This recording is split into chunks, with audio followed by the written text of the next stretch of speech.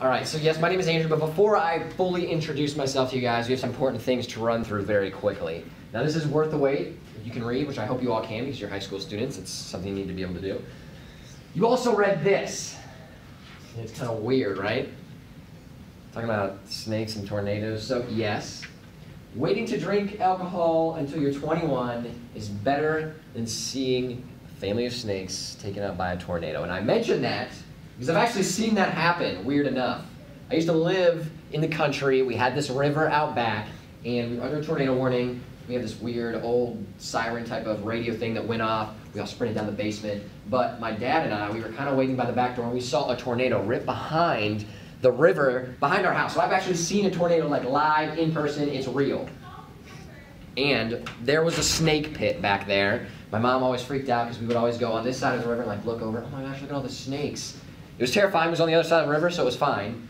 But that tornado destroyed all of those families of snakes, which I'm not complaining about because they're terrifying. So yes, I've actually seen that happen, and it was an enjoyable experience. But now we're going to talk about why it's worth the wait and why it's better than seeing that. First things first, I'm going to need some help here to fill this in. Drinking before the age of blanks, for the age of blank, makes you 5 times more likely to develop alcohol abuse later in life than for those of you who wait until you're 21. Give me some numbers. What do we got here? 18, 17, nope, close. 16. 16, one away. 15. Who said 15? Nice work. You are correct. The age of 15. So drinking before 15 makes you 6 times more likely to abuse alcohol later in life instead of just waiting until you're 21. That's just crazy to me. Nice job on the 15. Now we have another one here. I'm going to need another number. Excessive drinking is responsible for more than blank injuries and deaths among underage youth each year. So I need a number. What do we got here?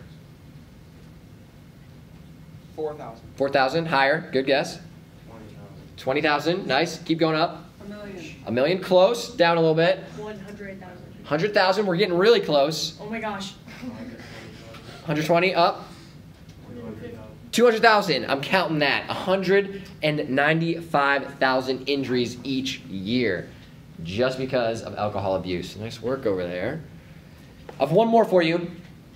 This one is words, so it won't be as difficult, hopefully. The 3 leading causes of death for 15 to 24-year-olds are blank, blank, and blank. And alcohol is the leading factor in all 3. So give me some causes of death here. Car crashes. Car crashes, that is one. Automobile crashes, that is the first one. We need 2 more. What else we got? What else can people die from? I know, so such a positive message, I know.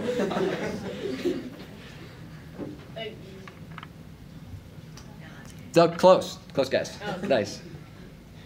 All right, yep, I see you. Alcohol poisoning, that is one cause. Homicides, which we'll categorize that as a homicide. And then the last one starts with an S. Suicide, nice, there we go. Which is an unfortunate thing, but those 3 instances and causes of death are due and influenced by alcohol. Now, the real question, why do all these crappy bad things happen? Well, that's a great question. So we talked about how alcohol influences those, talked about some of the different causes and reasons of death, but now I'm going to tell you exactly why. So the human brain is not fully developed until you're 25 years old. Anyone of you know that? Hey, nice. That's what I like to see. Good work. So yeah, right now, your brains are still developing. Now I have a question for you. How old do you think I am? Just give me some numbers. 32. 32? Woo! All right. Give me some more. What else? 25. 27, 25? Pretty close. All right. I'm 23 years old. Yeah, I know. Yeah. 30. Thank you. Appreciate that one. So yeah, I'm 23 years old, which means my brain is still developing just like all of yours. So with development, if you put some weird toxic things in there, chemicals, drugs, that means your brain isn't going to develop the correct way that it's supposed to. And we're going to look into that a little bit more. So there are 2 portions of the adolescent brain that are undergoing important development. The hippocampus and the prefrontal lobe. Hippocampus is kind of like in the middle. Prefrontal lobe is where your forehead is. And they're very important for a variety of reasons, which are up here right now. So your hippocampus, which is the weird looking thing in the middle of your brain, Accounts for your memory, your learning, your emotions, and your motivation to do awesome stuff. So if your hippocampus isn't fully developed, you might cry randomly because your emotions aren't fully developed. Yeah, I see you right there making that face. I know. Oh, yeah, I do that. It's all right. I still do it too. It's fine. But so that is one side effect. Also, your learning ability. So it might be more difficult for you if your hippocampus isn't fully developed to be able to read a section of text and to understand what it means. It's like math class. Exactly like math class. You're going to suck in math class and English class if you don't have a hippocampus that's fully developed. Now, your prefrontal lobe, which is right there on your forehead, that is responsible for your planning, your judgment, decision-making, your impulse control. So if you see a donut right there, but you're on a diet, you're not going to have the control to say no. You're just going to take the donut and eat it. So that's one example of how your hippocampus can fail you. Also, your language. So being able to speak fluently, to talk, to speak real English, unlike me, Hola. or Spanish, or any language. Good work. Wow, I'm very impressed. Now, underage alcohol abuse can lead to a 10% reduction in the size of both of these things, your hippocampus and prefrontal lobe. So if you abuse alcohol underage, that means those two parts of your brain may not be fully developed, up to 10%. So your brain is typically the size of your two fists put together, which is weird to me because I'm like looking at my brain. But that's almost taking away your two thumbs and putting them on the inside. So that just sucks away part of your brain that you need to do all the things we just talked about. Just saying that stresses me out because I want to be able to do all those things. And it gets even more intense. So anyone know who Susan Tappert is? Yeah, it's all right. Me neither. I Googled her. It's fine. I would have been blown away if you guys did. So the first thing here that she did was study adolescent brain development. She went through this very vigorous study and found out some pretty interesting things. Specifically, she wanted to study what adolescent brains and what happens to those brains when they consume alcohol underage, and wanted to test out if these things actually come true that we were talking about. So she took a group of students just like you and followed them for their young adult lives. Some of them started to drink underage, some did not. So she categorized those two groups and then tested out their brain functioning with different tests and scans. She found some pretty cool stuff. Underage drinkers did worse on memory and thinking tests by a difference of an entire letter grade. That is pretty crazy to me. So that's the difference between an A and a B. So that could be a 4.0 or somewhere in the 3s. That could also be the difference between failing and not failing. You don't want to fail. Just putting that one out there. Also, when you're in your adult life, this letter grade philosophy still stands true. So when you're in your job, you want to be an A player. That's the best of the best. That's the one that always gets picked first in dodgeball. It's the people that do the best work. Then there are your B players, which they're good. I mean, they get some good results sometimes, but they're not the A players. So if you don't have your brain fully developed, you can't become that true A player.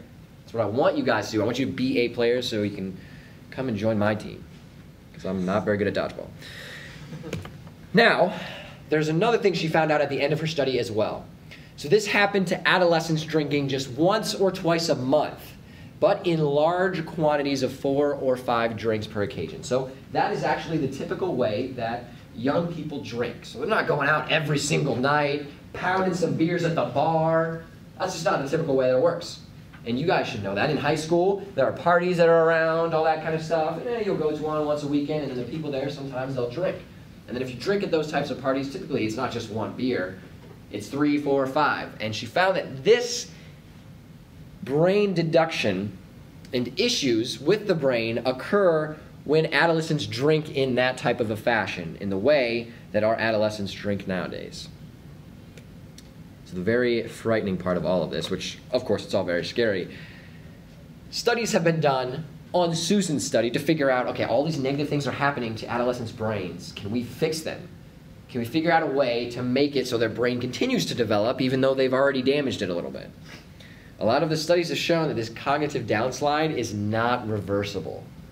That sucks. So once you already have that 10% reduction, you can't do math anymore, you cry all the time, you're not going to be able to fix that.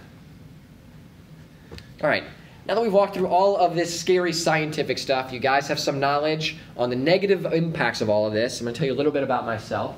So I attended high school, Marion, Ohio, up north, 2 counties north of Columbus.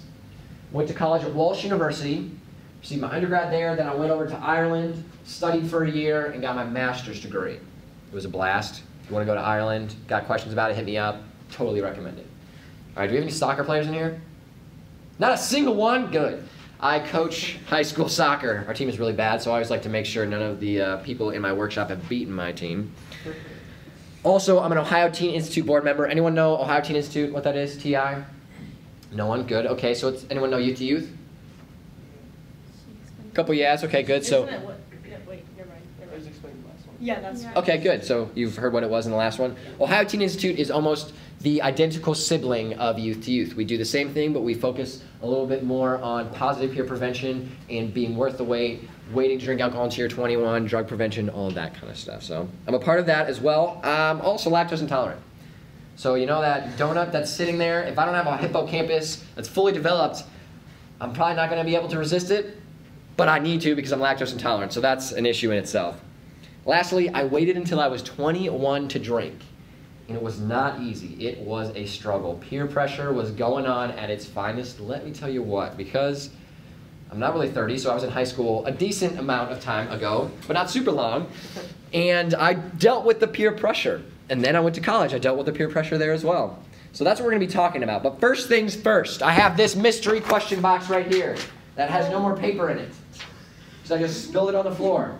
What is going to be happening? This question box will be filled with your questions. I'm going to pass it around to you guys, and I'm going to give you some of this paper that I spilled.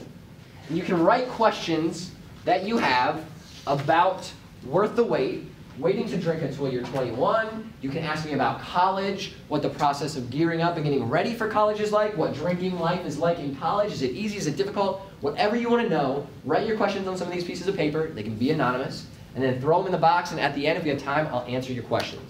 If we don't get to it, you can throw on your social media information, and I'll reach out to you guys directly if you really want your question answered, so feel free to do it. Now, go ahead, pass around. If you have questions, sweet. If not, you can just pass it on. That's cool. We are now talking about peer pressure. I've been through it. You all have been through it. It sucks. It's difficult. It's hard. But I'm going to help you guys get through it and create a plan and a toolkit on how to get through it successfully without looking like this stressed out guy. All right, we all know this, right? Everyone has heard, just say no. It's the right way to avoid peer pressure. Well, while that is the antithesis of what you're supposed to do, you're supposed to just say no. You can't really just say no. It's really difficult. So if I'm a peer pressurer, I'm coming up to you and I say, would you like to smoke some marijuana? No. Great, she says no, but we're both still hanging out here. We're just standing awkwardly together. I can ask you again. I can keep peer pressuring you. So I'm going to give you guys some tools and strategies on how to do more than just say no. And do it the right way. You're welcome. Oh. First things first, just saying no, it's weak. It's not the right answer. It's weaker than my grandmother here trying to lift these weights. Yeah, it's really awkward, I know. She's a great lady, but she's unfortunately a little weak, which happens when you're a grandmother. So we're going to avoid the just say no conundrum and figure out the right ways to do this. First things first, you have your toolkits in front of you, and we're going to be filling those out with the strategies and ways for you to help avoid peer pressure. If you can see in the top left of this slide, number 1. So that's number 1 on your toolkits here. So the way this works, you'll see these slides paired with your 1, 2, 3, 4 on your worksheets, and this is what I want you to do. The very first one that you see under the ways to handle peer pressure, this is going to be your guide to defeating that peer pressure. So these 4 things are the tools and the tips that you're going to use to avoid that peer pressure and to show it's who's boss. Now, number 1, show me your friends and I'll show you your future. This was one quote that my awkward, weird English teacher told me in high school, and it was the one thing that I actually took with me because it makes 100% sense and it's true. The friends that you hang out with all the time, you spend the time with, are going to build your character. So if you have negative friends that are influencing you to do bad things, you're going to end up in that type of a bad character development process.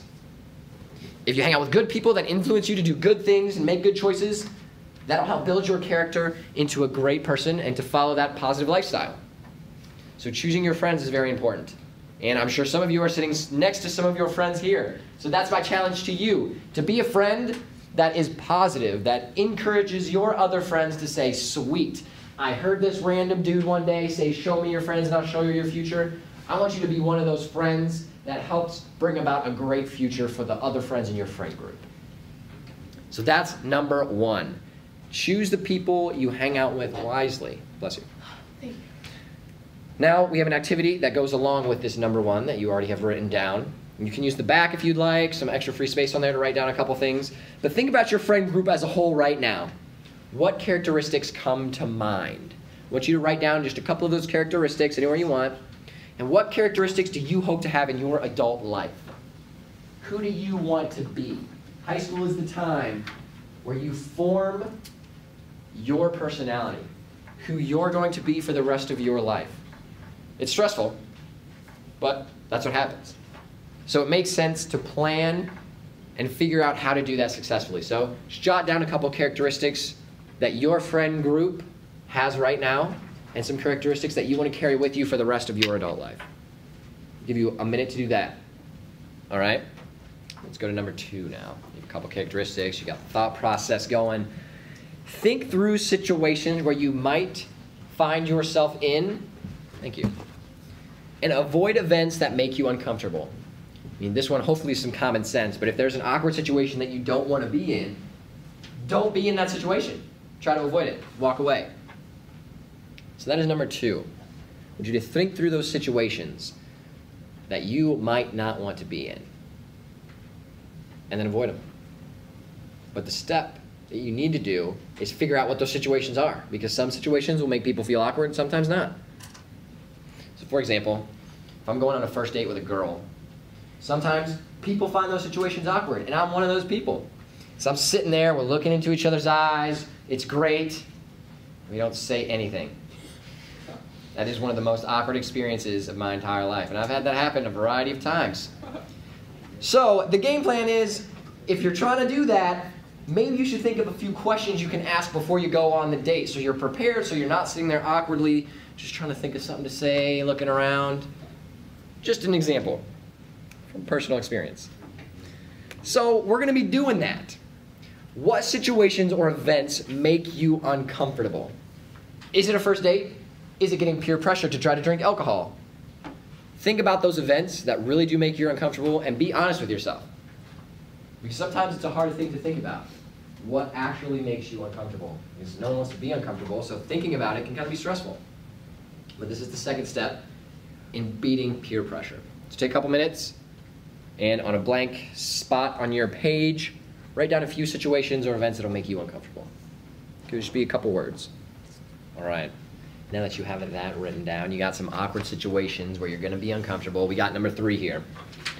Plan a response for a variety of scenarios where you might find yourself under peer pressure. So like I gave you a dating example, it's going to be real awkward if you don't plan.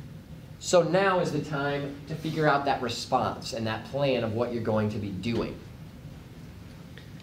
So the activity is going to be, I'm going to give you a couple scenarios, and I want you to write down a small plan, just a couple words here and there, figuring out how you're going to deal with this situation. And these situations really happen too. They're ones I've been through, and I'm sure some of you have as well. So situation number one, you're at a party, and one of your friends asks you to drink. So maybe somebody's sitting next to you, somebody in your friend group. They won't take no for an answer, and they keep bugging you. Oh, just try a sip. It's going to be fine. Don't worry about it. And you've made a decision you don't want to drink until you're 21. So how do you combat this peer pressure situation? Write down a couple words, a little bit about your plan on how you're going to deal with it, how you're going to diffuse the situation instead of just saying no. All right, I have one more scenario for you here. And this is a very common one that I saw in college. You're talking with a few people, and you mention that you're waiting until you're 21 to drink, which comes up in conversation sometimes. It's a great way to start letting people know that you don't drink. So if somebody comes up, hey man, you want to drink? Oh, sorry, thanks, but I'm waiting until I'm 21. However, that person then says, oh, we'll see about that, insinuating that they'll get you to drink at some point. So in college, I was often challenged by other people by saying, yeah, I don't drink until I'm 21, I'm trying to wait, and then other people think that's a challenge for them for some reason, like, ha, I'm gonna get them to drink, yeah, I'm the best. It's just weird, I don't know why they do that, but this is a scenario that happens, so what are you going to do in a scenario like this? How are you going to handle this type of peer pressure? Just jot down a couple phrases, a couple words, start of your plan on how you're going to deal with it. This one, I don't want you to actually journal right now, but is journaling about your experiences in dealing with peer pressure and how you can handle it or hope to handle it in the future. So yes, journaling is not only just for girls. I journal. I write about some of the crazy experiences that I've had in life. Sometimes it's the negative ones, sometimes it's positive things, sometimes it's just because I forget everything and I need to try to remember it. Journaling is a great thing to do. One, because it helps you reflect on the decisions that you've made and then figure out how you want to handle those types of scenarios in the future. So you can look back on those decisions and figure out, was this the right decision? Was this what I wanted to do? Or maybe I didn't handle that situation correctly 100%, so maybe I can shift and plan a little better for the next time. So journaling and writing down your experiences so you can reflect on them is very helpful to figure out your future direction. Now that you have all of your tools built up here under the ways to handle peer pressure, you got your strategies. Now we're going to look at your personal value pillars, the two little sections at the bottom. The first one is your personal values, your individuals. Now I want you to write down a characteristic that you want to have for your entire life. I know this says on a sticky note, but I just want you to write it down on your actual paper. So what characteristic or value do you want to have for your entire life? So that could be hardworking, that could be always having a sense of humor, stuff like that. You want to be honest, truthful. Write down one of those characteristics. Now that you have one, I have another one. So I was going to have you go to a wall and take off the sticky note, but since there's no sticky notes on the wall, you're going to write down another characteristic. Think about another one that you would like to have for the rest of your life. So same thing, another positive characteristic that you would like to carry with you that would be who you are for the rest of your life. So once you got two there, one more thing to look at. Now I'm going to have you chat with some of your neighbors for 60 seconds to help you guys figure out a third characteristic to put in your value pillar. So go ahead, chat with your neighbors, bounce some ideas off of each other. Maybe you can use some that they have. Get another characteristic. All right, Bam. Now that you have your values written down, of course there's extra spaces. You can always fill in more characteristics or values that you would like to follow for the rest of your lives. We're moving on to your support team, to the pillar that's right next to your values. I want you to list 3 people who you would like to follow their example because they have strong values, and they have values that you would like to implement in your life. And then while you're doing that, I want you to think about why you chose those 3 people. So I'm going to give you a little time to do that, but you may notice at the very bottom of your support team, my name is there too. Since you came and learned all this stuff and hung out with me at this presentation and workshop, I'm now a part of your support team. So you can hit me up anytime that you need someone to help you fight off peer pressure or to beat up one of those weirdos that's trying to peer pressure you to drink or anything like that. So take this time, write down at least 3 people that you have and want to be a part of your support team. All right, now that you have your support team filled out, and like I said, you'll have some extra spaces there too, so feel free to add more. If you have more people that you want to be on your support team, and they can be anyone, teachers, parents, families, siblings, anyone that you want to help support you and your values. Now we have just about 10 minutes left of this workshop, and that means it is time for the question box. So I've done the question box before, and sometimes I get phenomenal questions, very insightful, very intelligent questions. Other times I get weird ones. And I'm excited to see if you guys are a weird group, or if you're very insightful and intellectual. Okay, I'm not Mostly boring. Mine's kind of boring. Oh, okay, that's fine. That's good too.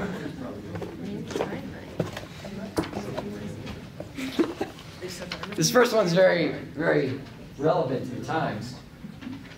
I'm hoping it's yours. Do you play Fortnite? No, not? Okay. Yeah, I will answer this question. I don't play Fortnite hardcore. My roommate is a nut. Like, he'll be able to tell you, all right, I'm 10 degrees left of the building under the 3rd degree. I don't know what any of that means, but I played it like 4 or 5 times. I'm terrible. I prefer COD, but it's fine. Okay. Now that we've gotten that out of the way, Next question. When was the first time you were peer pressured and what was it? That's a good question. I don't think I've ever answered this one. The very first time I was peer pressured, I'm going to assume and think that it was in high school. It was my freshman year. And at this point in time, I didn't really know what drinking was a whole lot. It's like middle school, at least in my time, we didn't party or any of that kind of stuff. And somebody asked me to go to a party, and I was like, a party, sweet. Like, I'm so pumped, I'm a freshman, I'm gonna go party and dance and hang out, have a good time with all these awesome freshmen and other high school students. Got to the party, I mean, there's music going on, I'm like, oh, this is sweet, I'm gonna be one of the popular kids, yes. Awkwardly enough, it was kind of lame. Everyone was just like sitting around on couches, some music blaring, no dancing, unfortunately, and people were drinking. I was like, what the heck is going on here? This is not a party. And the people there tried to get me to drink, and I thankfully had already made the decision that I'm going to wait until I'm 21. And that was the very time that I was peer pressured. People kept trying to get me to drink, and I ended up just leaving the party because that was not what I was about, and plus the party kind of sucked because there was no one dancing. So that was the very first time that I remember being peer pressured. And thankfully, I was able to handle it awkwardly, but good enough where I was still able to uphold my values. All right, next question. This one's blank, thank goodness. Question is, how was Ireland? Ireland was sweet. I'll tell you what, I went there and I got my master's degree in marketing. So I lived in Dublin, Ireland for an entire year. It does rain a lot, and everything really is super green. I think it's probably because of the rain, but the grass is so green, the trees are so green the entire year, even in winter. The people there are so friendly, but sometimes they have accents that you can't really explain and / understand. I was in a taxi one time, and I was trying to get to a certain part of the city, and I had no idea what the taxi driver was saying at all. It sounded like he was speaking another language, even though English is the national language of Ireland. So that was an interesting experience, but it was a phenomenal time. If you guys ever have the opportunity to make it over to Ireland, I would 100% recommend it. The people there are great, the food is delicious, the environment, the history is wonderful. I went to Trinity College Dublin, and that is a school that is older than the United States itself. So I think that is pretty crazy. It was founded in 1493, I believe. So a real long time ago. The year after Columbus sailed the ocean blue. Boom. I knew that. Good work. Okay, that was Ireland, yes. All right. Very good question. Would the same thing happen to your brain if you drank a little, but often? So rather than twice a month and a lot.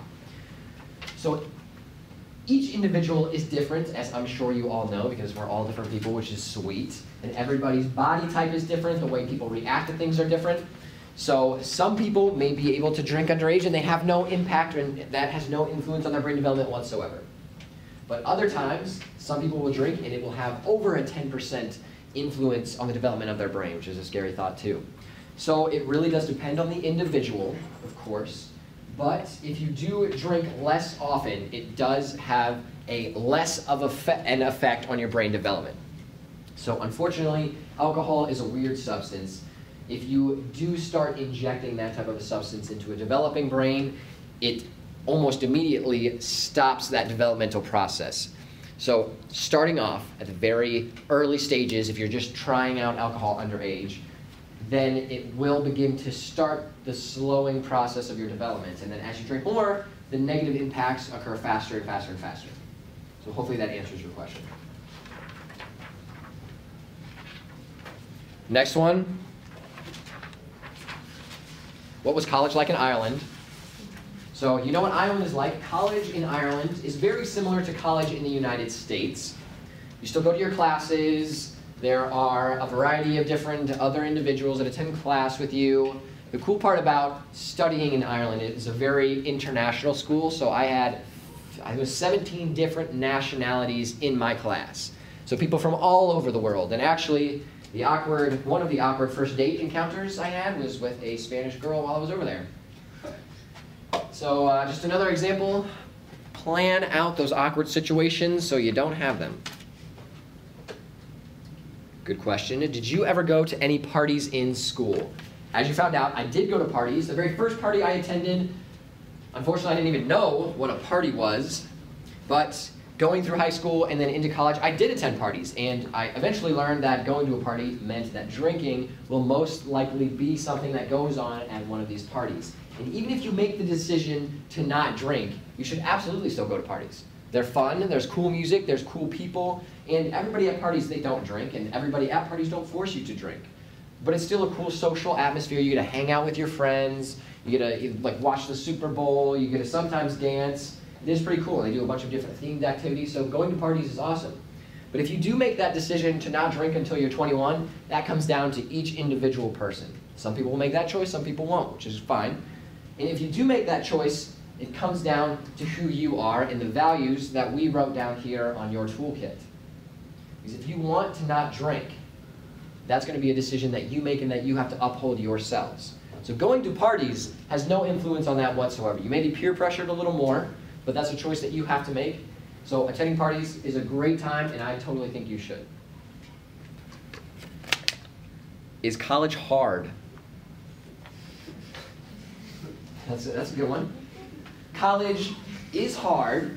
You do have to work hard. You have to study. You have to treat a sport if you play like a full-time job. I played soccer in college, and it was very hard. Managing a schedule is probably one of the most difficult things that you have to do in college. And at the same time, it's so rewarding. So the harder that you work, the more activities you engage in, the more things you do in college, the better the experience will be for you. I fully believe that 110%. I was super active on my campus, played soccer, I studied, I was in clubs and different groups, and I think to get the full experience of something that you're paying a whole lot of money for, you should definitely take advantage of it and get active on your campus. So college can be hard. Yes, you have to work hard. It's a better way to phrase it.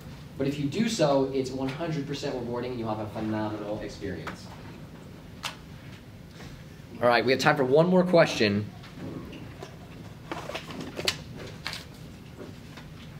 How do you say your last name? Nice. Wow. That's a good one. How do you think you say my last name? Chwalik. That's pretty good. Nice, yeah. Sometimes when I'm like ordering pizza or something online, they're like, can you spell that for us, please? You don't know how to say it? It's Chwalik. Chwalik, yeah, it's Polish. Sounds like there should be an S in front of the CH, but there's not. I don't know why my great-grandparents did that to us, but that's how it is. Now, I have this last thing for you. Blank out of 10 American teens report that drinking is not worth the consequences. 7. 7? Close. 6. 6, 8, nope, still coming. 9. 9, money. 9 out of 10 American teens report that drinking is not worth the consequences. So the typical guesses that I hear from most workshops that I do, it's probably like 4 or 5. I mean, there can't be that many teens that think it's that bad. But yes, 9 out of 10 teens actually think it's not worth all of the crazy, terrible consequences that we talked about earlier. The homicides, the suicides, the car accidents, the negative brain development, not being able to resist eating the donut, all that stuff, 9 out of 10 say it's not worth it. Pretty cool. Now, I'm going to end this by saying this is my social media stuff. If you guys have any questions, if I didn't get to your questions here in the question box, you want to know about college, what the process is like, either finishing high school, applying to college, getting through college, waiting until you're 21 to drink, hit me up on any of those social media platforms. I got you. I'll help you fight that peer pressure. And because like you saw on your value pillars, I am one of those people on your support team. So feel free to use me whenever you would like. All right, now you guys need to fill out the green papers that you have on here. So tell me if I'm weird, not weird, if this is actually something you guys want to hear again or not. So you're helping set this conference up for success next year. Question. Why is your question box a fire starter box? Yes, my question box is a fire starter box. I don't really know why. I saw the box sitting there. I'm like, this would be the perfect size for a question box. And you made it a question. And I made it a question box. Wow, okay. So I have no great explanation for you. Was that going to be Wait, a did question? you buy it just so you have the box? Actually, I have another question. I found the box after I bought it. Plus, because Why are I'm we lit. starting- Why are we starting fire? I know you like that. I have like a little fireplace thing in my house. Oh, I was like. Yeah, I think it's nice.